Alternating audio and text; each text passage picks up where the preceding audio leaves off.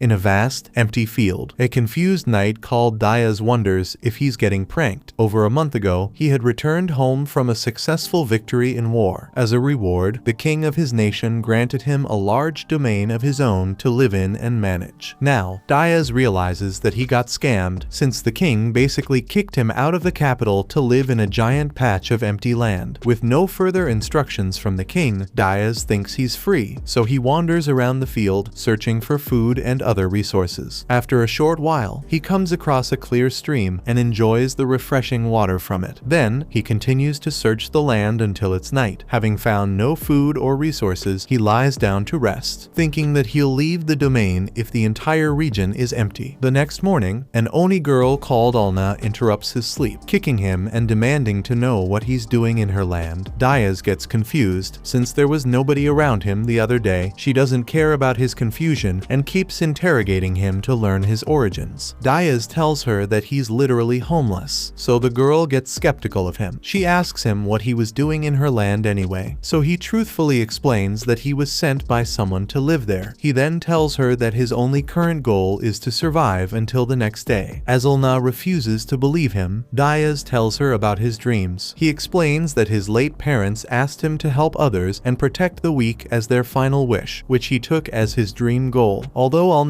expected Diaz to be lying about his noble goal, her horn starts glowing blue, which forces her to believe him. In contrast, Diaz is a pure man, and he doesn't understand why the girl was suspecting him. She asks him if he's a friend or an enemy, but he reminds her that he's neither of those things since they've both just met. For some reason, Diaz's reasonable words just make her even angrier. He wonders why she's so frustrated. Then, he remembers that she's living in her domain, so she's one of his own subjects. Thinking that the girl is testing his sincerity to his subjects, he seriously declares that he is her loyal ally to comfort her. He promises to protect the girl from her enemies, no matter who they are, which causes her horn to shine radiantly. Even the girl is surprised by the intensity of Diaz's sincerity, and she suddenly drags him away somewhere. Soon, they enter a village of Anas. Diaz wonders why he couldn't find the village earlier, but he's given no time to react, as the girl drags him to her chief's house. Inside, the chieftain is surprised that Alna brought an outsider, since she's usually very careful around strangers. Alna tells her that her horn never turned red, and instead glowed a brilliant blue as he declared himself an ally. Hearing this, the chieftain asks Diaz if he will become her ally as well. He accepts, saying that he's the ally of everyone living in the village. However, when Diaz starts to explain that the king sent him, Alna gets up in a rage and points an arrow at him. The chieftain stops her since they haven't heard Diaz's full story, but she also glares at him and demands a full explanation. He stays calm under the threat and explains that his parents always told him to help others and protect the weak. Since they passed away early, Diaz was left an orphan. He gathered the other orphans in town to live together, and they survived by performing small chores and hunting weak monsters. As Diaz grew older, a war broke out with the neighboring nation, so he took his fighting skills to the battlefield. There, he displayed an incredible natural talent for fighting, so he quickly rose through the ranks. After 20 years of a bitter war, Diaz returned victorious, and the king granted him this empty domain as a reward. The chieftain nods, believing that he's sincere about ruling his domain. She then asks him if he'd still be her ally if she and her people were not subjects of his kingdom. Diaz smiles, saying that he'll still protect her as a neighbor. At his words, the chieftain's horn also glows blue, so Alna lowers her bow. Diaz wonders why she asked him such a strange question, and then he realizes something. The chieftain agrees, admitting that she and her people are not his subjects. In fact, her tribe is actually the enemy of his kingdom. Despite their circumstances, the chieftain thinks Diaz can be her ally since his aura is so blue. Before he decides to do anything, she asks him to hear her out. After introducing herself as Mal, she explains that her people were kicked out of the grassland over 50 years ago. Ever since then, they've been at war with his kingdom, trying to win their land back. Diaz wonders how they can live undetected within the kingdom's domain, so she explains that her species can use magic stored within their horns. To demonstrate, she goes invisible with a spell, leaving him stunned. Then, she also reveals that her people can easily conceal their entire village with the same magic. Diaz finally understands why he couldn't detect the village before, but he wonders why Mal is exposing such sensitive information chieftain to him. The chieftain smiles, saying that she wouldn't have trusted him if her horn didn't glow blue. It turns out that the Anis can detect the intentions of other species by relying on their horns. If a person has no bad intentions towards them, their horns remain colorless. However, if they have malicious intentions, their horns would turn red to warn them. Sometimes, a person might cause a blue glow, which means they are friendly towards the Oni people. Despite this, if the good-intentioned person begins to have evil intentions, the horn would immediately taint the blue color with red. Since Dayas never caused their horns to show the slightest shade of red, she thinks he's a completely trustworthy person. In fact, she thinks he's a simple-minded fool because he's still trying to honor his dead parents' wishes. Although Dayas is confused, Mal offers to help him rule his domain, promising to give him a house, some food, and some livestock to begin his life. In return, she hopes that he can keep her village secret from the king.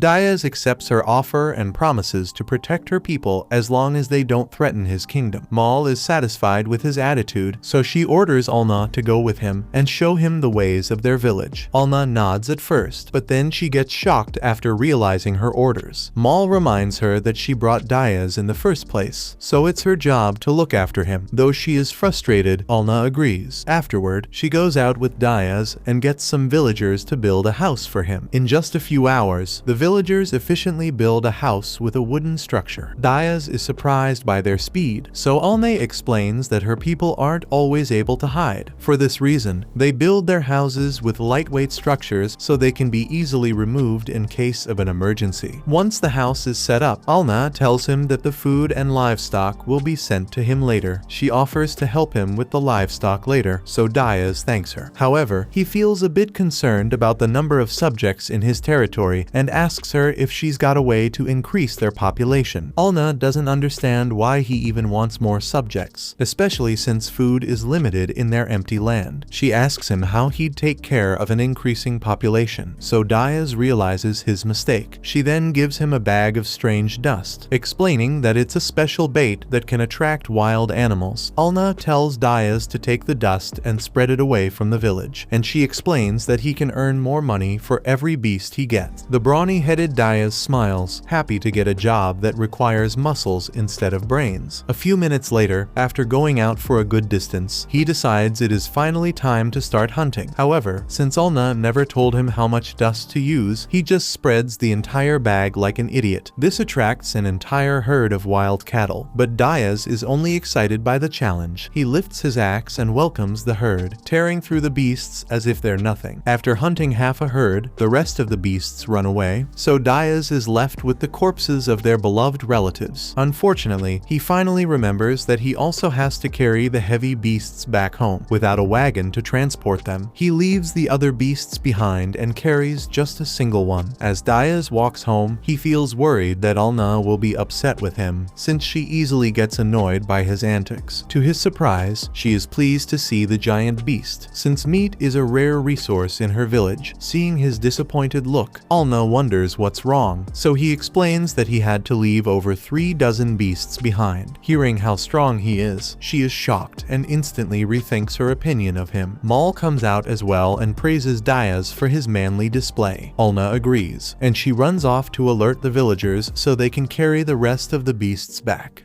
Dayas wonders what Mal means by manliness, so she explains that it's simply a man's ability to work. The more a man is able to work and earn, the manlier he is in the eyes of her tribe's women. After learning this, Dayas understands why Alne seems so pleased with him, but he thinks that looks and personality matter as well. Mal disagrees, saying that neither looks nor personality put food on the table. Dayas understands where she's coming from. He realizes that for a small tribe, food and survival are the only important things compared to the people living in the kingdom. Then, Mal tells him that he'll need to work a bit harder if he wants to marry a beauty like Alne. He gets embarrassed and acts like that wasn't his intention, so she starts teasing him even more. The next day, Dayas wakes up from the smell of fresh breakfast in his room. He finds Alna cooking for him, smiling in a completely submissive manner compared to earlier. After having breakfast, he praises her cooking, which causes her to blush. Watching him eat so closely, Alna is unable to bear the tension, so she changes the topic to hunting again. She explains that her tribe still needs a well for water and an outhouse to host guests, which will help Diaz expand his domain. However, the village does not have enough money to pay the craftsmen, so Diaz agrees to hunt for them. Alna asks him to hunt some monsters, so he thinks about it. Although monster meat is toxic and inedible, their rare materials sell for incredible prices. Diaz agrees to hunt, wondering if the peaceful grassland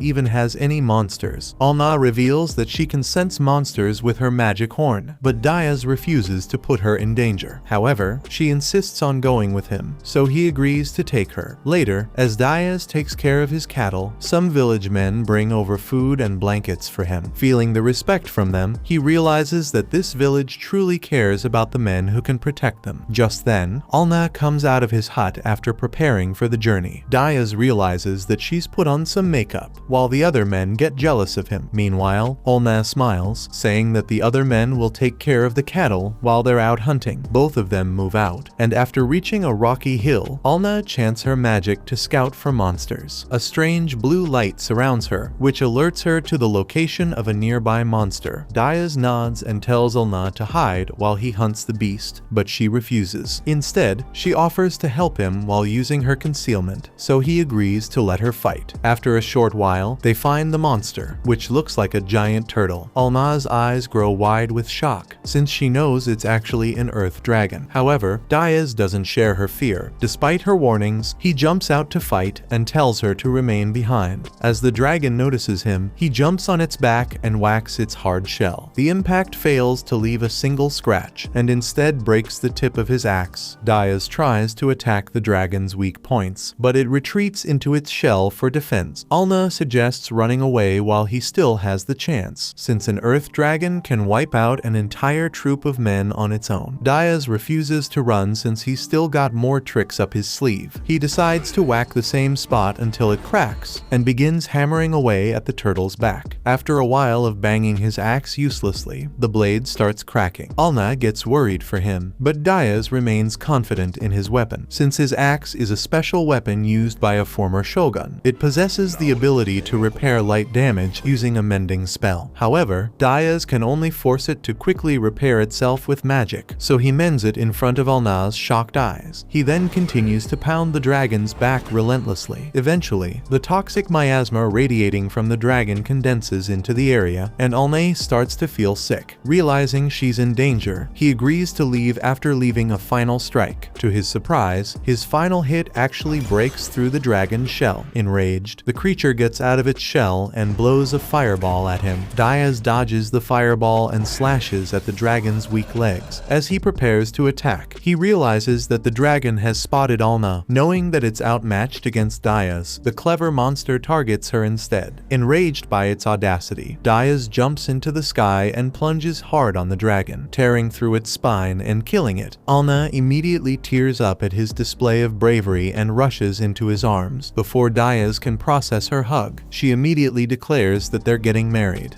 Diaz returns to the village shortly afterward, and with the help of several Oni villagers, he drags the earth dragon's massive body through the village. The villagers proudly announce that Diaz was the one who defeated the earth dragon completely on his own, and everyone around them begins cheering and praising him for such an amazing achievement. After the dragon's body is finally placed down safely, Diaz quietly watches all the villagers celebrating. However, he can't help wondering what everyone is so excited about, because he doesn't see defeating the earth dragon as a big deal. Mal then walks over to Diaz and says she still can't believe he managed to defeat the earth dragon all by himself. Diaz simply shrugs it off and says it really wasn't anything special. Rather than asking for treasure or praise, he says he would rather have a proper well and a privy built using the value of the earth dragon. Mal smiles and tells him that won't be a problem at all, because just one of the earth dragon's legs is valuable enough to pay for several